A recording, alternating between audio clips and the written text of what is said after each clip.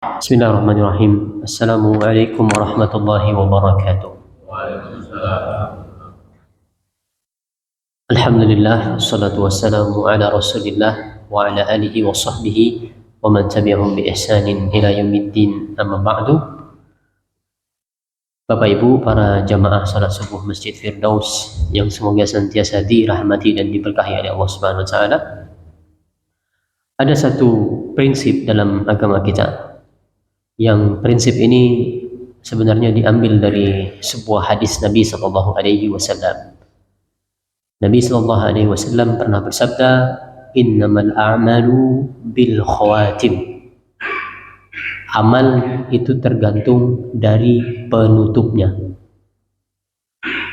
Apa maksudnya? Contohnya pertama yang langsung diberikan oleh Nabi Sallallahu Alaihi Wasallam, kata beliau, yang artinya janganlah kalian itu kagum dengan amal seseorang sampai kalian melihat bagaimana dia menutup usianya. Tidak boleh kita terlalu kagum dengan orang soleh, bahkan sampai mencap ini sebagai penduduk surga, tidak boleh. Sampai kita melihat bagaimana dia menutup usianya. Apakah dia mati dalam keadaan yang baik, dalam keadaan di atas ketaatan atau tidak. Dan sebaliknya kata Nabi SAW juga dalam kesempatan lainnya, jangan kita itu merendahkan seseorang. Ahli maksiat, orang yang jauh dari agama, bahkan tidak sholat, tidak boleh kita merendahkannya atau bahkan sampai mencapnya sebagai penduduk neraka, tidak boleh. Sampai kita melihat bagaimana dia menutup usianya. Bisa jadi sepanjang hidup dia bermaksiat kepada Allah Subhanahu wa taala, lalu di akhir usianya dia bertobat dan dia mati atas tobatnya. Maka yang menjadi penilaian adalah penutupnya. Innamal a'malu bil khawatim. Amal itu tergantung dari penutupnya.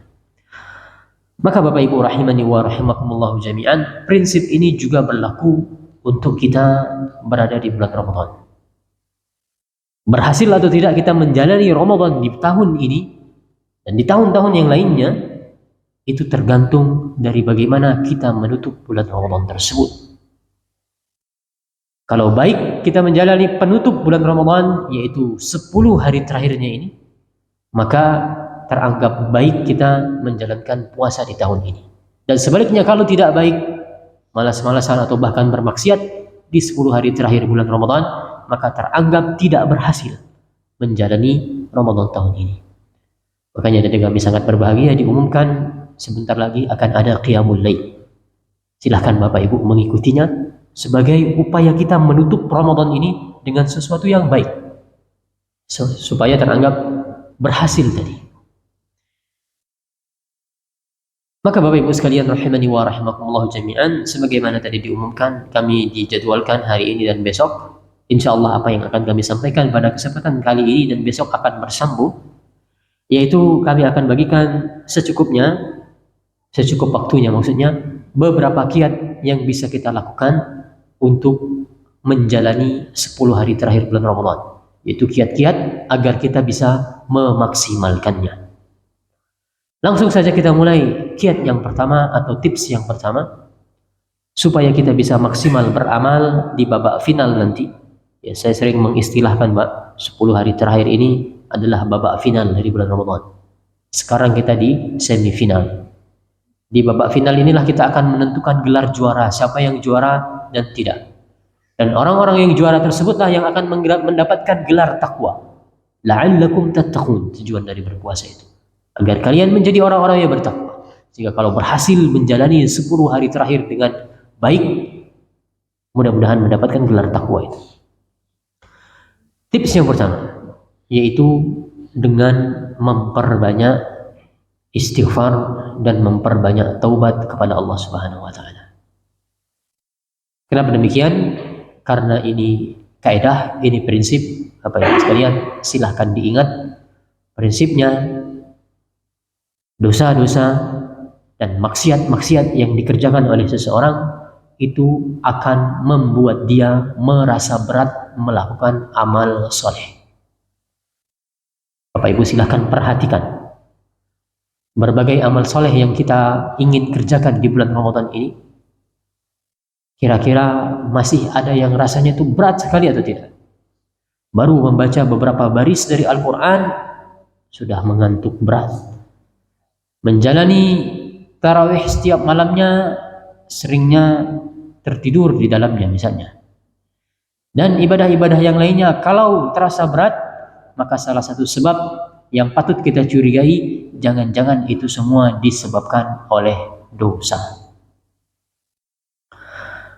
Allah Subhanahu wa taala berfirman terkait hal ini dalam surat Al-Mutaffifin, "Kalla bal rana ala qulubihim ma kanu yaksibun."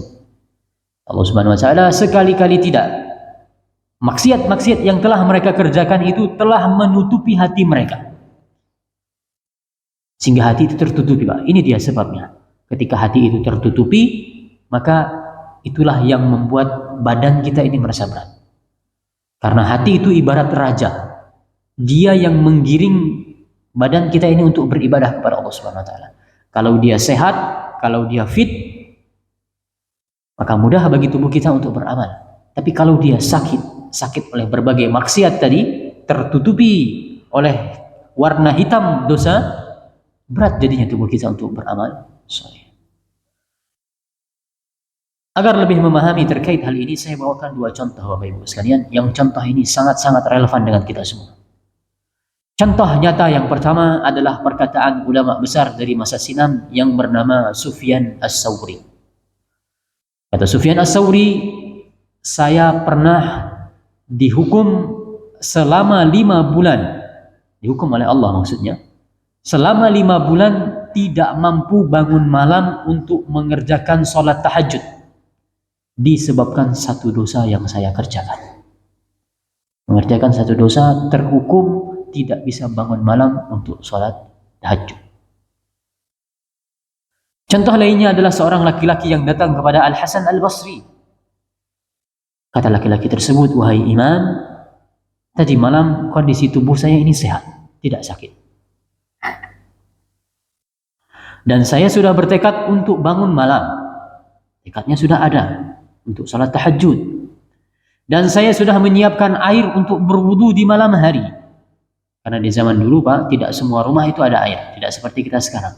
Orang dulu kalau mau bangun malam, berwudu di malam hari, dia harus menyiapkan air, mencari air di luar terlebih dahulu, dibawa ke dalam rumahnya. Artinya dia sudah menyiapkan fasilitasnya. Kalau dia mau berwudu, langsung ready airnya. Namun kata laki-laki tersebut, "Kenapa saya tidak juga bisa bangun, wahai Imam? Kondisi saya sehat." Kata Al-Hasan Al-Basri, jawabannya, "Karena dosa-dosamu telah menawanmu." Pertanyaan ini, Pak, kalau di zaman kita sekarang seperti ini. "Ustadz, saya sudah pasang 3, 4, 5 alarm, tapi kok nggak terbangun juga?" Maka jawabannya sama. Dosa-dosa kita yang telah menawan kita. Saya tidak mengajak Bapak Ibu untuk bermaksiat. Tapi pesan saya, Pak, suatu saat kita terjerumus dalam perbuatan dosa. Kalau kita terjerumus dalam perbuatan maksiat, coba perhatikan. Ada saja kebaikan yang kita terhalang darinya. Entah itu tidak bisa kita mengerjakannya sama sekali, atau merasa berat sama sekali mengerjakan hal tersebut. Misalnya sudah bertekad mau datang sholat berjamaah ke masjid bagi bapak-bapak, atau mau bersedekah, lalu belum terlaksana, berbuat dosa, terjerumus dalam perbuatan maksiat. Ada saja cara Allah Subhanahu wa taala untuk membatalkan kebaikan yang sudah kita niatkan tersebut. Ya. Entah ada hal-hal yang tidak terduga, atau bahkan terkadang kecelakaan yang membuat kita kemudian terhalangi untuk melakukan kebaikan tersebut. Sehingga Bapak Ibu sekalian, sekali lagi, yang namanya dosa dan maksiat itu membuat kita semua merasa berat untuk melakukan amal ketaatan. Sehingga kiat yang pertama yang kami bagikan pada kesempatan pagi hari ini adalah, mari kita perbanyak taubat dan istighfar kepada Allah Subhanahu wa taala menjelang 10 hari terakhir bulan Ramadan, menjelang babak final. Ibu-ibu sembari menyiapkan hidangan berbuka, hidangan sahur, ucapkan astaghfirullah wa atubu ilaih. Bapak-bapak sambil berjalan ke masjid, sambil di atas kendaraan, sambil menunggu lampu merah, astaghfirullah wa atubu ilaih. Terkhusus Bapak Ibu sekalian, istighfar itu sangat-sangat dianjurkan di waktu sahur. Allah Subhanahu wa taala memuji orang-orang yang banyak beristighfar di waktu sahur. Kata Allah Subhanahu wa taala, wal mustaghfirina bil ashar, yaitu orang-orang yang beristighfar di waktu sahur. Ya, jangan TV Pak yang dinyalakan ketika sahur itu Pak. Ini yang sangat kita sayangkan Pak. Saya tidak tahu tahun ini masih ada atau tidak, tapi tahun-tahun sebelumnya itu acara TV yang ratingnya itu paling tinggi di bulan Ramadan itu acara lawakan-lawakan sahur itu Pak. Yang tidak ada faedahnya, bahkan banyak maksiat di dalamnya. Ini sangat kita sayangkan. Sahur itu yang paling dianjurkan adalah sambil beristighfar, sambil makan, sambil menunggu. Astaghfirullah wa atubu ilaih, astaghfirullah wa atubu ilaih. Kalau kita menonton acara seperti itu, tidak hadir hati kita dan hilang kesempatan kita untuk beristighfar kepada Allah Subhanahu wa taala. Barangkali demikian saja yang bisa saya bagikan tips yang pertama, sehingga intinya adalah mari kita perbanyak istighfar menjelang 10 hari terakhir bulan Ramadan, yaitu babak final. Insyaallah kita lanjutkan pada kesempatan besok pagi. Wallahu a'lam wa sallallahu ala nabiyyina Muhammad wa ala alihi wa sahbihi wa sallam. Subhanakallahumma wa bihamdika asyhadu an la ilaha illa anta astaghfiruka wa atubu ilaik. Assalamualaikum warahmatullahi wabarakatuh. Waalaikumsalam.